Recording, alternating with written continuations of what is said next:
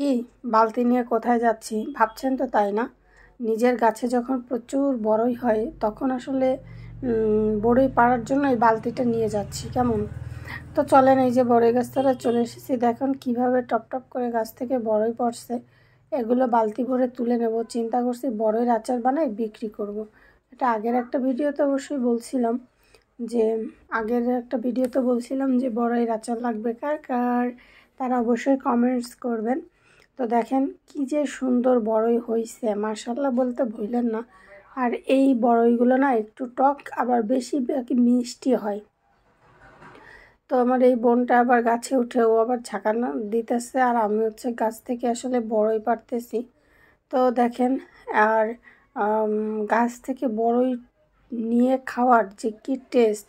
এখন এটাকে আমরা অবশ্য পেড়ে নিয়ে কিছুটা ভর্তা করে খাওয়াবো, সেটা শেয়ার করতে পারবো কি না এখনও বলতে পারতেছি না, কারণ সময়ের ব্যাপার একটা আছে। আর রমজান মাসে, রোজার মাসে হচ্ছে ইদানিং বড়ইগুলো পাকে, খেয়ে মজা পাই না। চলে আসলাম বড়ই পাড়া শেষে উস্তে গাছের ধারে এসে দেখি যে এখানে বেশ কিছু উস্তে হয়েছে। তো আমি আবার ভাবলাম তাহলে উস্তেগুলো ছিঁড়ে নিয়ে যাই, ভর্তা টর্তা দিয়ে খাওয়া যাবে না।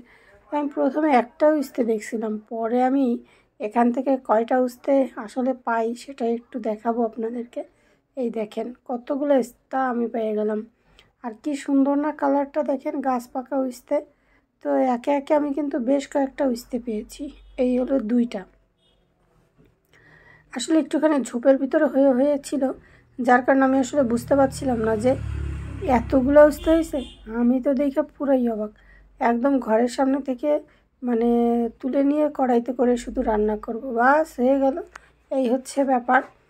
তো যাই হোক, এই আমার আজকে বাগান থেকে যেগুলো আমি আসলে কালেক্ট করলাম সেটাই আপনাদেরকে আসলে একটু দেখাচ্ছি।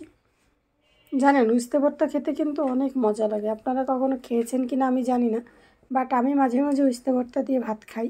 আর উস্তে ভাজি, উস্তের তরকারি রান্না করে, আসলে উস্তে তো শরীরের জন্য খুবই ভালো। তো যাই হোক, দেখেন আমি পরে খুঁজে খুঁজে টোকায় টোকায় বেশ কয়েকটা উস্তে পাইছি, মিনিমাম 5টা তো হবেই। তো ওই দেখেন অলরেডি আমার হাতে কিন্তু 4টা দেখাই যাচ্ছে। তো আমি খুব সম্ভবত 5টার মতো উস্তা পাইছিলাম। তো 5টা উস্তে আর 2টা কাঁচামরিচ দিয়ে ভর্তা বানাইলে সাথে একটা পিস, অনায়াসে 2-3 জন মানুষ খাওয়া হয়ে যাবে। কি ঠিক বলছি কি না বলেন? দেখছেন পাকা পাকা উস্তেগুলো কি সুন্দর কালার হয়েছে। তো নিয়ে যখন আমি যাচ্ছিলাম তারপরে দেখি আমি আবার আর একটা উস্তা, তারপর আবার সেই উস্তাটাকেও ছিঁড়ে ফেললাম। তো যাই হোক, অনেকক্ষণ হলো উস্তের গল্প। তো এই হচ্ছে আমার আজকের বাগান থেকে তোলা কিছু উস্তা। ওই যে বললাম যে 5টা। তো কালারগুলো জাস্ট একটু দেখেন, এত সুন্দর। তো এই হচ্ছে আমার বাগান থেকে তোলা উস্তে, আর এই হচ্ছে আমার বাগান থেকে তোলা বড়ই। আজকের বাগান থেকে এগুলোই ছিল আমার কালেকশনে।